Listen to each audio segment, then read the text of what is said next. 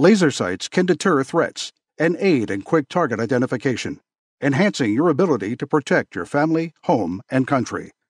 Crimson Trace, making laser sights standard equipment. Learn more at crimsontrace.com. He rode out of Louisiana territory, and with his gun slung low and his microphone held high, he brought truth to a savage land. And the legend grew. Tom Gresham's Gun Talk. All right, let's talk about some guns. I'm Tom Gresham. It's Gun Talk. A lot of things going on, a lot of court cases we're talking about. Of course, it is the time of year when the snow is melting, the buds are out, everything's turning green. A lot of people are starting to think, oh, man, it's time for me to go back to the range. We'll talk about that as well. What have you been shooting? What have you been buying? Buying any new guns? Love to hear about that. Obviously, range reports are always welcome here. 866-TALK-GUN or just dial Tom Talk Gun. By the way, if you haven't done it yet, you got to go enter for this crazy, crazy giveaway that we're doing right now. It's called the Stuff You're Safe giveaway. One person's going to win everything. Bunch of guns. Oh, my gosh. Let's see. We've got the ATN Excite 4K Pro rifle scope, Auto Ordnance 1911, an FN 509 tactical pistol gun storage solution, safe organizer, a custom Glock 22 proper clothing, Remington DM 870 DM shotgun, a TAC 14 shotgun, a case of Ultimate Defense ammo, a Stag Arms AR-15 tactical rifle. It's crazy. It goes on and on. Just go to guntalk.com/win, W-I-N, guntalk.com/win. I was talking a little bit earlier about this week I spent at Gunsight. We had 3 women in our class of 11, I think 11 people there, which is quite a high percentage when you think about it, because we're doing, let's see, knife fighting and stick fighting and fighting against attacks with guns, and we're shooting a lot of guns, and these women were ranking, I would say, anywhere from the middle to the very top of the class in terms of their performance with the various types of guns. It was impressive. And, had a lot of fun getting to know them as well. Yes, there are a lot of people, a lot of women getting their carry permits, but I think it's kind of across the board. A lot of more women getting into hunting than ever before. Joining me to talk about that and some other things is, let's see, hunting guide, freelance writer, podcast host, commentator, public speaker, instructor, Mia Anstine joins us right now. Mia, thank you for joining us. Hi, Tom. How are you?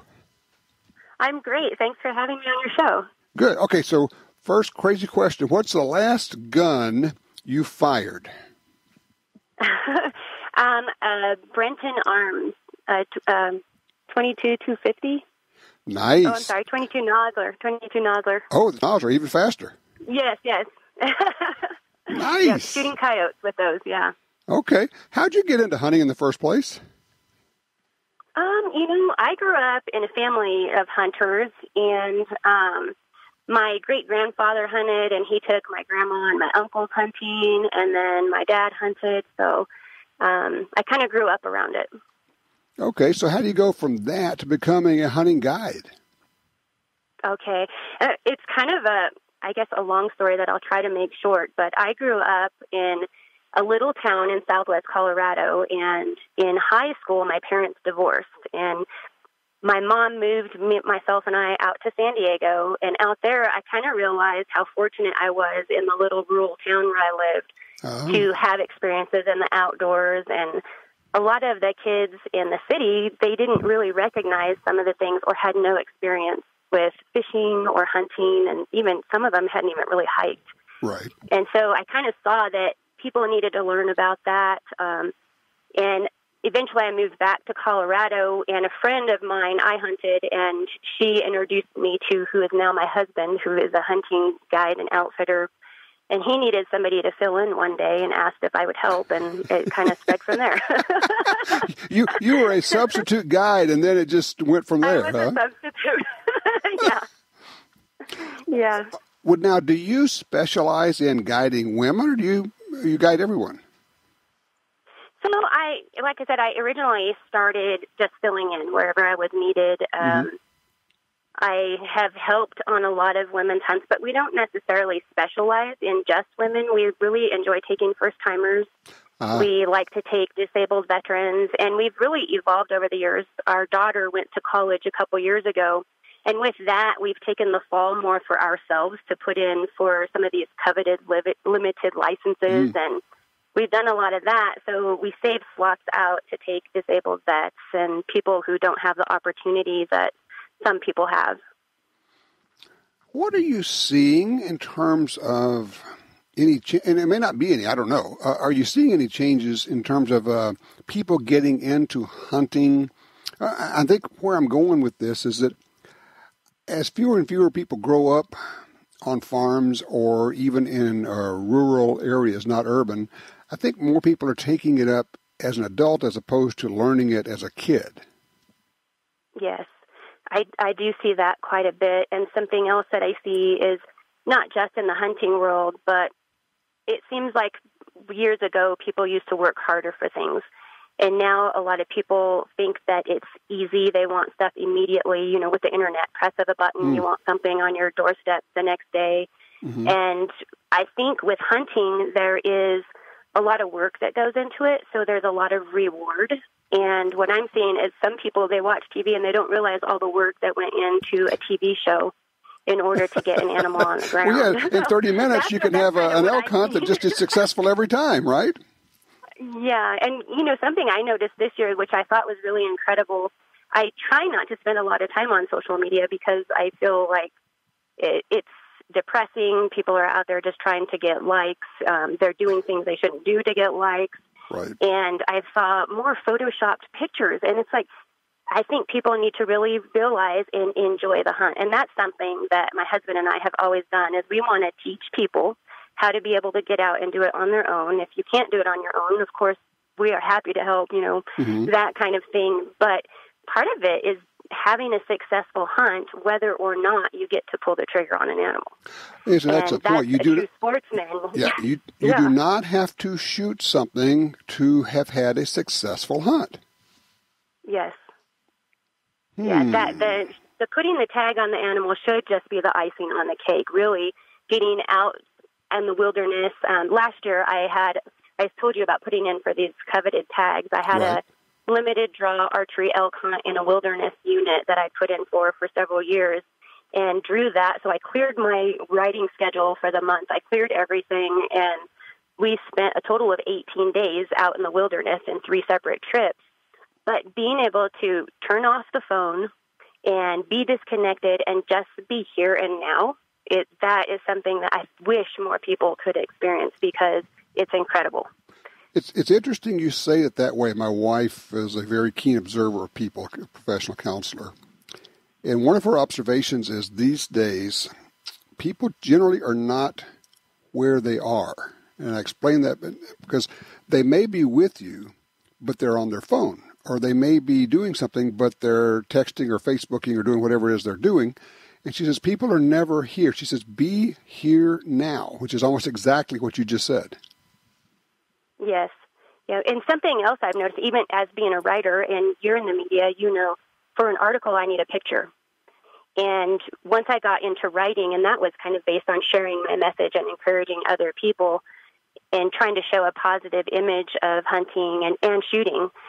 But as a writer, I needed the picture, and I wasn't experiencing the hunt. And I had to really check myself. I was like, wait a second. And I see that with social media is I've guided hunters. They shoot the animal. I just want a picture. I don't care what you do with the meat. I'm going. And you have to kind of say, hey, hold on, wait a second. Let's come back a second. Let's talk about this. We can donate the meat, and we can, you know, kind of let them know we're responsible here and we've got things to do. And that's an interesting change. You want a picture, but they're actually, in cases, they're actually hunting. Media. They're hunting to be able to get material content for their online world. For online, yes.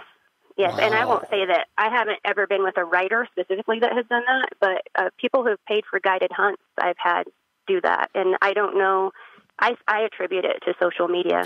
Let me ask you a question. If somebody said, well, you know, I would love to get somebody, I would like to introduce somebody to hunting, what would be the 1 or 2 tips you would offer to the mentor in the process?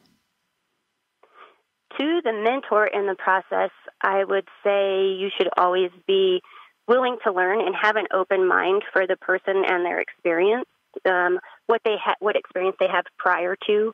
Because I think as hunters and as shooters, if we grew up around it, we assume a lot. And I teach hunter education, and you realize that there are kids, I teach youth classes and adult classes, there are kids in the youth classes that know quite a bit because they grew up around it.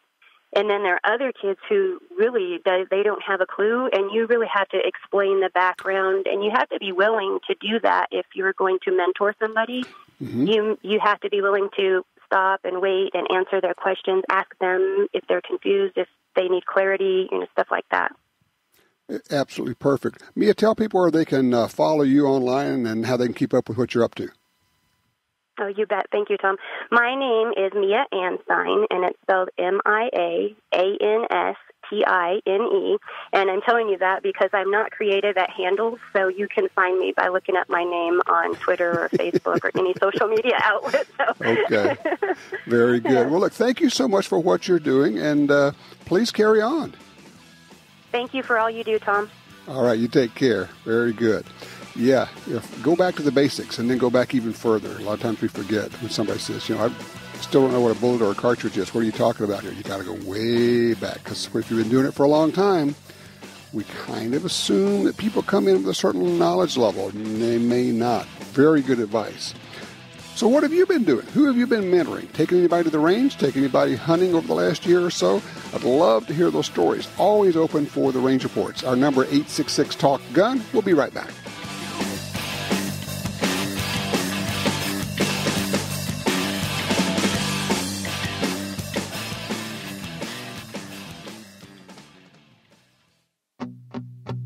The new FN 509 midsize 9mm pistol is now part of FN's legendary concealed carry lineup, and it is a natural fit.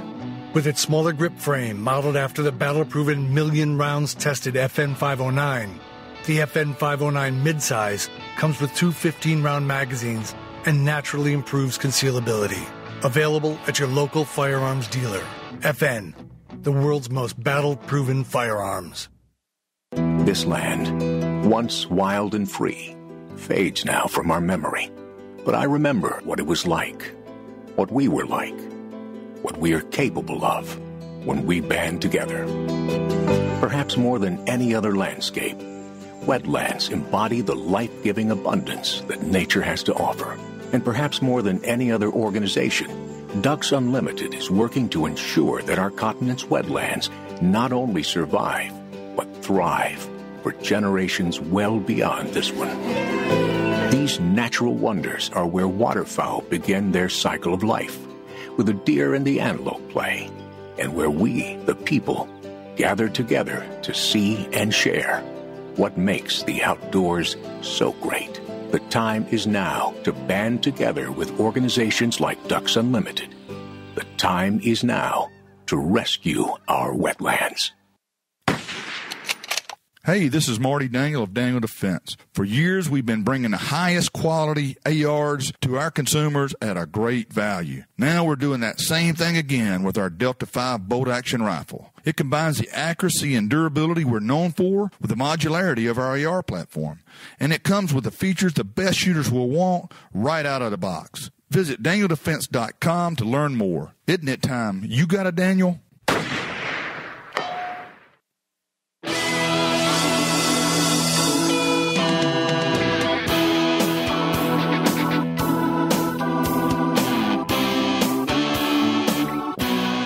This little episode was really interesting. Last week we were talking about the case in California where a judge had ruled unconstitutional California's ban on standard capacity magazines that would hold more than 10 rounds. And for, 20 years or so, you hadn't been able to buy them in California, but they were grandfathered in. If you had them, you could keep them. And then a new law says, you can't even have them anymore. You're going to have to turn them in. You become a criminal just by holding on to that thing that last year was legal.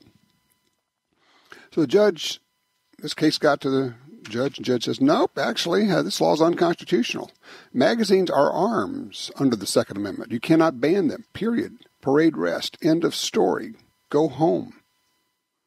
He not only wiped out the confiscation order on magazines, but wiped out the ban on being able to buy standard capacity magazines in California. That was Friday, a week ago. Well, then as of this past Friday, I think it was Friday, at 5 o'clock in the afternoon, the Ninth Circuit ordered that judge's opinion would be stayed.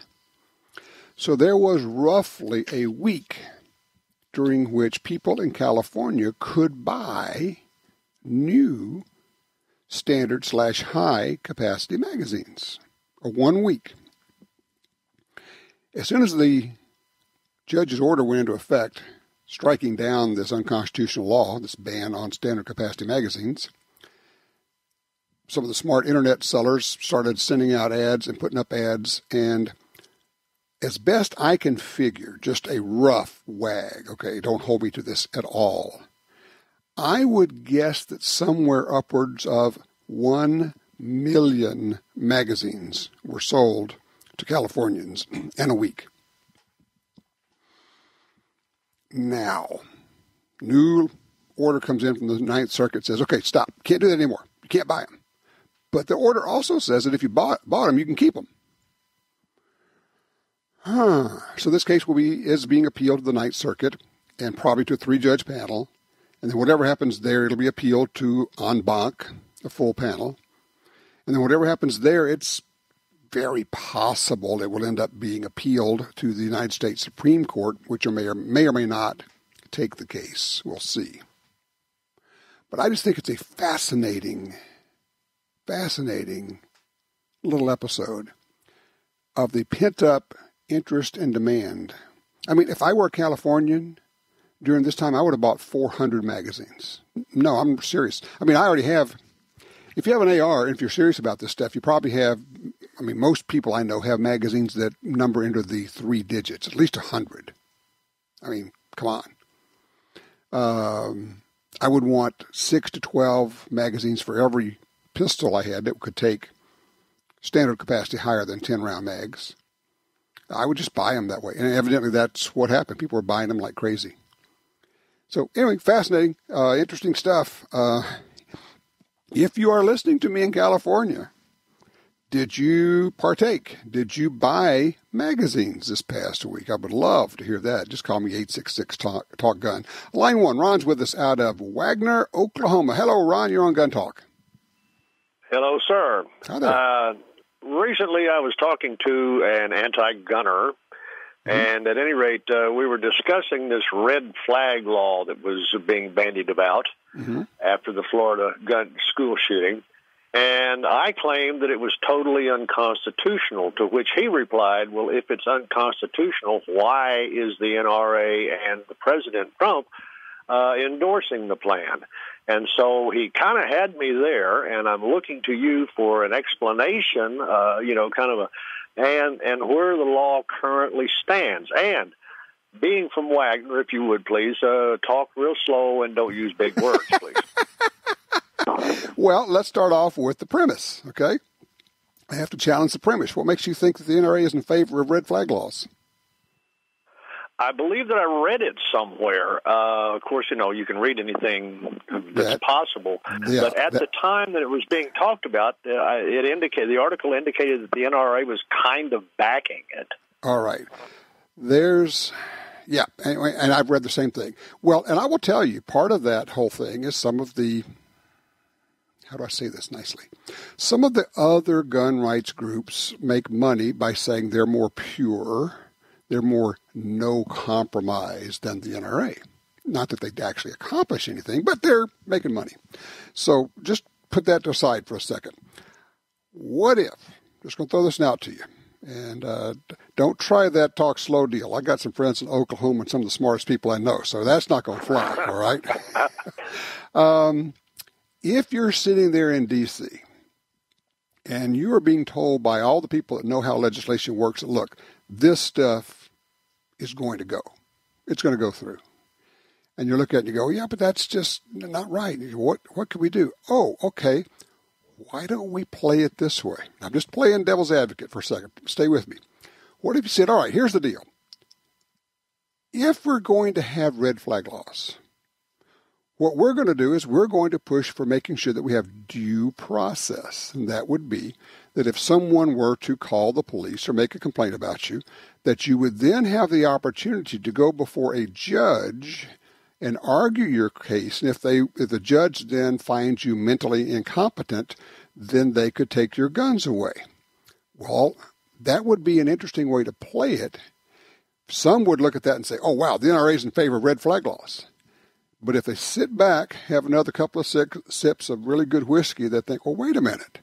What they're actually doing is saying the red flag laws, if passed that way, would actually be in total compliance with what the law is today, which is if you have been adjudicated mentally incompetent, you can't own a gun, so there would be no net change in the law. I call it a rope-a-dope or a sleight of hand. But most, particularly the media, is certainly not savvy enough to understand that's what's actually going on. I throw that out for your consideration. But in the meantime, is the owner relieved of his guns until this hearing before the judge? No, not at all. That's the whole point of it.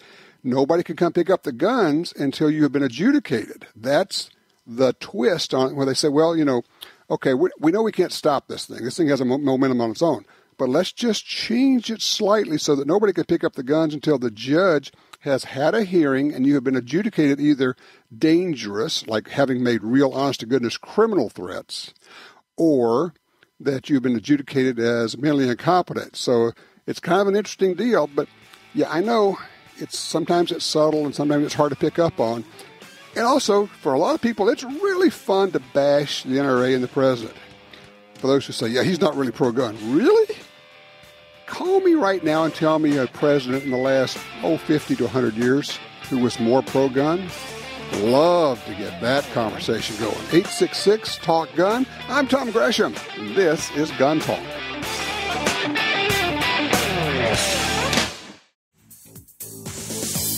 Honey, does this holster make me look fat? The right answers to the tough questions on Tom Gresham's Gun Talk. All right, back with you, Tom Gresham here, 866-TALK-GUN. What have you been shooting? What have you been buying? Are you buying ammo? Man, are you seeing the prices of ammo today? Crazy low, crazy good prices. Good time to be buying. And people say, well, do you think it's going up? It always goes up. It goes back. It goes forth. Talking to the ammo makers I know, and they said, look, it cannot get any cheaper right now because the price of ammo is decided or defined in large part by the price of the materials. What does copper cost? What does lead cost? What does brass cost? That kind of thing. So when they tell me it's not going any cheaper, and it's crazy cheap right now, and yes, all you have to do is have, and here's the weird part, it doesn't even have to be anything here. It doesn't have to be anything political. It can be all of a sudden China decides it's going to be buying up like gobs and oodles of copper or lead or something. And our ammo prices go back up. So yes, the answer is a real simple one. The prices will go back up, all right? All right, let's go to the phones. Line 2, Matt's with us out of Texas. Hey, Matt, thanks for waiting. What you looking for? I'm looking for a good shotgun for sporting clays. Okay, so tell me where you are, 1, with your shooting, and 2, with the shotguns you now have, and then we'll kind of go into what you're looking for.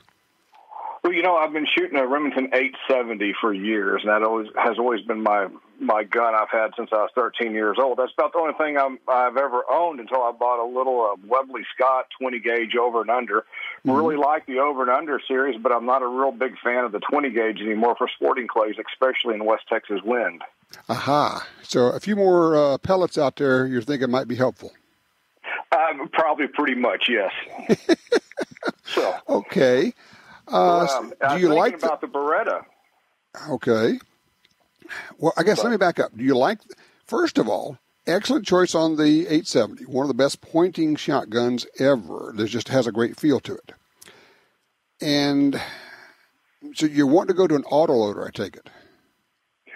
No, I really over and under. Oh, okay, over and under. All right. Oh, man, there are so many good choices. I will say that, and I know this sounds weird, depending on where you are in the market, but the Beretta is one of the best of the lesser expensive over and unders. And there are people who are going to go, what are you talking about? Those things cost $1,500 more. Yes. And in the world of over and unders, that is a lesser expensive, because it's easy to spend $4, $5, $6, $10,000 on over and unders, right? Correct. And I was looking at 3,000 and under, right around there. Sure. It's really hard to go wrong, honestly, with the Berettas. I mean, first of all, it's the oldest company in the world. I mean, they've been making arms for 500 plus years. What are you looking at? 686, something like that? The 686 Silver Pigeon, right around in that range. Mm-hmm. Not, something that their sporting clay model has a little more weight to it since I'm not carrying it in the field. Right. Something to absorb the impact of the round each time you fire it. Probably 30, 32-inch barrels. That was my next question. Either a 30 or 32-inch, which would be better in the sporting clay situation? I don't think it matters. I don't think you'll notice the difference. Some will say that 32-inch is better for somebody who has a lot of experience, and shorter is a little bit better for somebody who doesn't. The big advantage, for those who are just kind of figuring out what's going on here, the big advantage of longer barrels is more weight, not sight radius, because you're not looking down the barrel anyway. At least you shouldn't be if you actually want to hit anything. The big advantage is there's more weight. More weight keeps you swinging and helps prevent you from stopping your swing. If you could stick, in the old days, people would actually take lead plumber's tape and tape it alongside the bottom of the barrel to get some weight out there to keep them with their going with their follow through. So I think if this was going to be specifically a sporting clays gun, I would go 32. 32. Mm-hmm. And that 686 Silver Pigeon was the kind of one I was leaning to because it ranged anywhere about $2,400 a gun there. Right, and they're really nice and they last forever, and you will have pride of ownership as long as you have it, and you'll never be sorry. No one was ever sorry for buying a good gun, right? No. You've got that right. Yes, that's correct. We've all been sorry for buying the one that when we knew the other one was the one we were supposed to get. But I can save a few dollars by getting this one. No one was ever happy with that choice later on. No, and I wasn't happy. The little 20 gauge that I bought was a good gun at the time, but now it's reached its maximum that I can do with it. Yeah, exactly. I think you'll be happy. Now I'm going to say one other thing, and you may already know this. It is worth the extra money. It is absolutely worth the extra money to go to a good gun fitter, somebody who will have you shooting at targets, mounting and shooting, using a tri-gun, do it right, and then have the stock made for you or bent for you so that it truly does fit you. It's probably another $500 and worth every penny. Worth every penny. We do not have a good gun fitter in this area. What part of the state is Able? Abilene. Abilene. Oh, Abilene. I'm sorry. I'm just looking at the abbreviation here. I didn't realize that's what it was. You're in Abilene. Yeah, you probably would have to get all the way down to Dallas or, San Antonio. How far are you from San Antonio? You're probably 3-hour drive? 3 hours. It's an equal drive. San Antonio has some of the best shotgun instructors and gun fitters you're going to find anywhere. Really? Yes. Did not know that. Yes. I think it's called the National Shooting Center. Check that out. Start doing a little Googling. And you're going to find that a drive to San Antonio is going to get you what you're looking for. I will do that. I got one other comment I want to make. Sure. I had the opportunity years ago as a young pup reporter to interview Ted Nugent. Oh, yeah? And I have a radio show that comes on every week on the same station you're on in Abilene. Okay. Farm and Ranch Report. Interviewed him about hunters' rights, which is very important to farmers and ranchers. The man's incredible, but just the hardest interview I've ever done in my life. You think? I guarantee it. The second thing that was hysterical is that the dressing rooms, and when they're doing concerts, are not known to be just, especially in the small venues, they're very sparse and, matter of fact, really kind of pathetic. About 30 foot long is this dressing room with mirrors for everybody to get ready. Not for Ted Nugent. Yeah. He's got a target set up on one end of it, and in between questions, he's firing off arrows into that target. Yeah, I love Ted. And originally, Ted would bounce around like that on our show, and we had one of our little talks and said, all right, we got to stay focused on this stuff. And after that, he's smart enough to understand that that's the medium, and so I love having him on. But, yeah, I know exactly what you mean. It's that's just full-blown Ted. Hey, I appreciate the call, sir, and, yeah, I'm thinking you're right on the money with that Beretta, but absolutely trying to find somebody who can do a gun fitting for you. I think you'll find it's going to pay off. For as long as you own the gun, you'll just be really happy you did that. Thank you, sir. 866-TALK-GUN. Be right back. Purchase a Crimson Trace laser sight and receive a $50 rebate now through April 30th. Laser sights are available for your specific handgun model, as well as universal fit options for handguns and long guns with accessory rails. You can outfit your firearms with the ultimate sighting solution by visiting crimsontrace.com, your local authorized dealer, or a featured online retailer. Find out more about the $50 rebate at crimsontrace.com. For 36 years, the U.S. Sportsmen's Alliance has been fighting to protect hunting, fishing, and trapping for sportsmen from coast to coast. Today, we are under constant attack from extremist animal rights groups who want to end your ability to hunt in the U.S. Join us to protect our sporting heritage and our way of life outdoors. To join or for more information on how you can help, go to ussportsmen.org. That's ussportsmen.org. Founded with the singular purpose of building fine sporting firearms, Kimber creates a handgun for every person and a rifle for every adventure. While embracing modern manufacturing techniques, every Kimber depends on practiced hands for assembly, fit, and finish. There's no compromise in features, materials, or performance. Synonymous with quality, precision, and excellence, and made in America. Kimber is what all guns should be. Visit KimberAmerica.com. That's KimberAmerica.com.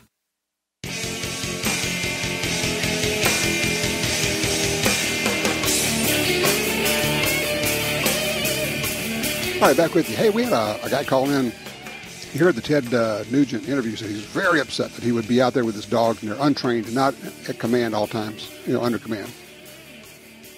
Yeah. If you've ever had a dog just take off after a rabbit or a deer or something, sometimes you can get them back, sometimes you can't get them back. And also, I don't know how old the dogs were, if they were pups, if they were in training, don't know if they were adults, don't know. But it's his property. He's out for a walk. If they start chasing something, there's critters out there, stuff happens. At least that's my take on it. Let's see here. Line 5, Forrest is with us out of Dolores, Texas. Hey, Forrest. Hi, Tom. Sir, I have a couple of questions for you. Sure.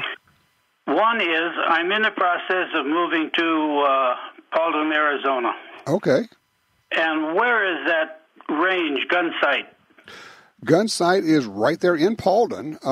If you just go to gun sight on the internet, Gunsite, not S-I-G-H-T, Gunsite.com, you can find them. They have their address. You'll end up going down Gunsight Road.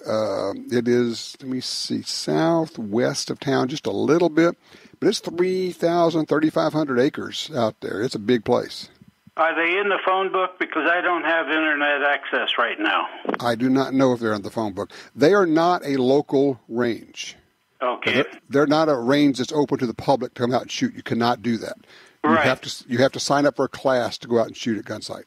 Well, I need a class. I haven't been shooting for quite a while. Okay. And I'm sure they are, and there are a lot of different ways to look them up, but even if you have a smartphone, you can find them that way. I'm dumb. I don't have a smartphone. Okay. Find a 12-year-old. That's what we need here. What else can I help you with? Okie doke. Thank you very much. All right. Thanks, sir. Appreciate that. These places like SIG Academy and Gunsight and Thunder Ranch, these are not public ranges. These are schools. They're shooting schools. If you prefer, they're fighting schools. And they really are. And sometimes we kind of want to make light of that and say, yeah, they're shooting schools. Yeah, well, they are, but they're fighting schools. They teach you how to fight with guns or with sticks or whatever. Man, one day, oh, wow, typical northern Arizona, the wind starts blowing, it starts picking up, and then it is screaming. The flags are just pointing straight out. And I tried to explain some of my wayward hits with my pistol on the wind, but since it was 7 yards, nobody was buying that one. But they did have a class out there at the same time. Oh, it was great. There were a bunch of guys from Alaska, from the Anchorage area. I think it's Alyeska, long-range shooting, something like that. Real neat guys. I got to meet them. But they were taking an extreme long-range class. I think probably working with Corey Trapp.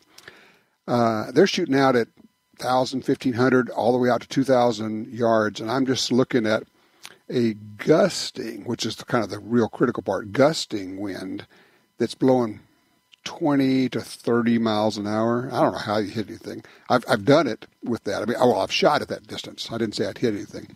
In those kind of winds, I was out FTW. And if the wind would blow steady, you can adjust for that. But when the wind is gusting and you get a gust and it drops off, and the amount of change of velocity in the wind is enough to push you off a 6-foot across target at the distance you're shooting, it's really just a matter of luck.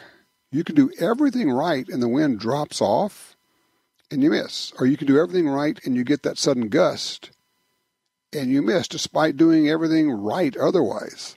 So I was really feeling for those guys. But I got to tell you, when they were doing their load up in the morning, and I'm watching them all crawl in the truck, and they're going to go out to another part of the property there because it's a fabulous property.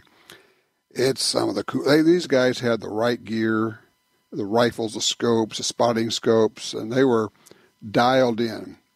It's, I guess, one of the things that happens when you go to, probably, I was thinking about it, it's true for any kind of training. If you go get serious about it, I don't care if you go to baseball camp, 2 or 3 days in, you start getting your mind right. You go, I'm here, I'm really in, I'm doing this whole thing. I like it that when you're there, you're not anywhere else. I mean, you're not getting phone calls, you're not doing text, you're just really doing the thing that you're there to do, all right? Did you hear there about the story out of California where the guy drove into not California, he's actually in Alaska, drives into the parking lot, was the Human Rights Commission, the Alaska Human Rights Commission. And on his truck there, has a Black Rifles Matter sticker with the silhouette of an AR. It's basically our way of saying, hey, Second Amendment matters. This is a right that matters to us. Well, the agency's executive director put a card on her business card on his truck telling him not to park there anymore, that called it hate speech, his Black Rifles Matter. Then she put it on the official Facebook page of the state of Alaska's official Facebook page for the Human Rights Commission. Some people call for the resignation of this, Buscaglia is her name. I guess she's going to get a few days off work, and then she'll be coming back. You know what?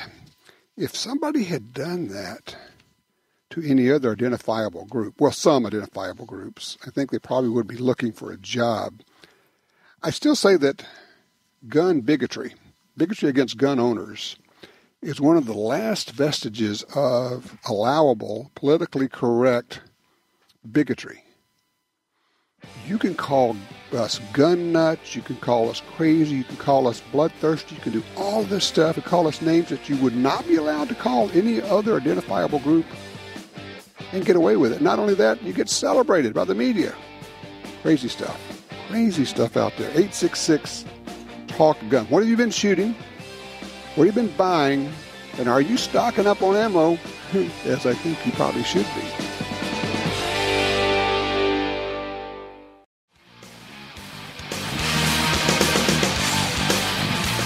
Through the break, I'm just checking my Blink app, checking on the cabin in Idaho. It prompts me to ask you, when do you want to spot your burglar? When he's casing your home or after he's already in? With the Blink, of course, you can see what's going on outside your home. And John did. His Blink outdoor camera alerted him of burglars trying to break in while his family was home.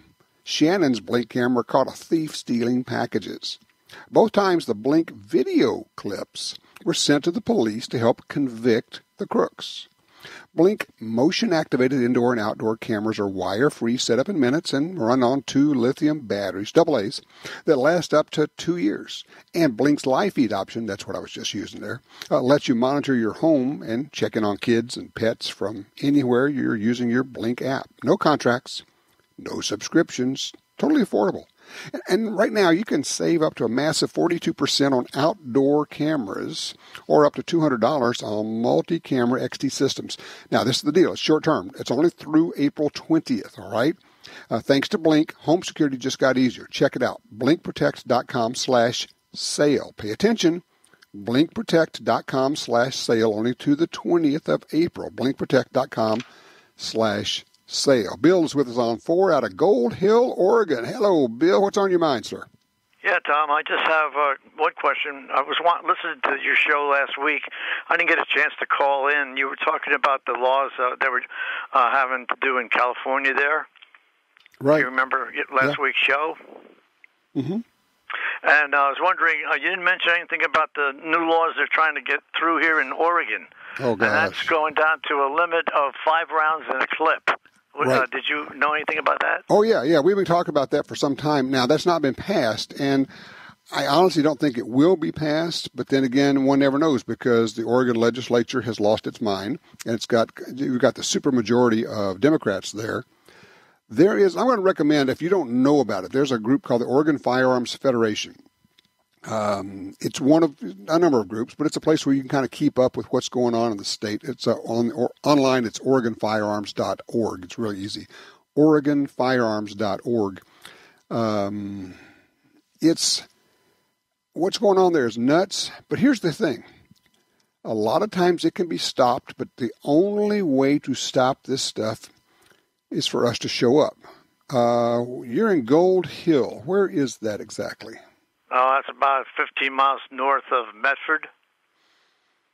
Okay. Medford, Oregon. It's pretty close to the state line here. Yeah, it is. And of course, in Oregon's a big state. What I'm doing is I'm trying to set you up. I'm not trying to embarrass you, but have you ever or would you go to the legislature when they're in session and when they're hearing these bills and be there and stand up to be against them? Yeah, actually, I'm thinking of leaving this state. I wasn't aware this state was one of these states that, what do you call it, a stationary state or whatever you call it, sanctuary state. Sanctuary state, yeah. And I know a lot of people are leaving the states. It was all Democrat until I've been here for 10 years now, almost 20 years, and I found out all of this, and I'm really thinking of getting out of this state. Okay, now I am going to give you a hard time. How are you just finding out about this now? Well, I just wasn't aware. Well, the mayor that just moved here, moved into her position, took somebody else's place. She wasn't voted in at the first time. Yeah, I get that, Bill, but I mean, here's my point. You can't just be finding out about this. It is part of your duty as a citizen to know what's going on. That means you have to do some work. You can't wait for the information to come to you. Not just you, but everybody. You have to do some work. You have to go search out what's going on. All of us, each of us has to join our state gun groups. We each have to go to the state legislature when they're meeting and hearing these gun bills. If we don't, then STFU. You know what? If you're not part of the solution, you're part of the problem. And to say, I'm going to leave the state, yeah, that's because somehow we collectively have failed because we didn't stand up and we didn't show up.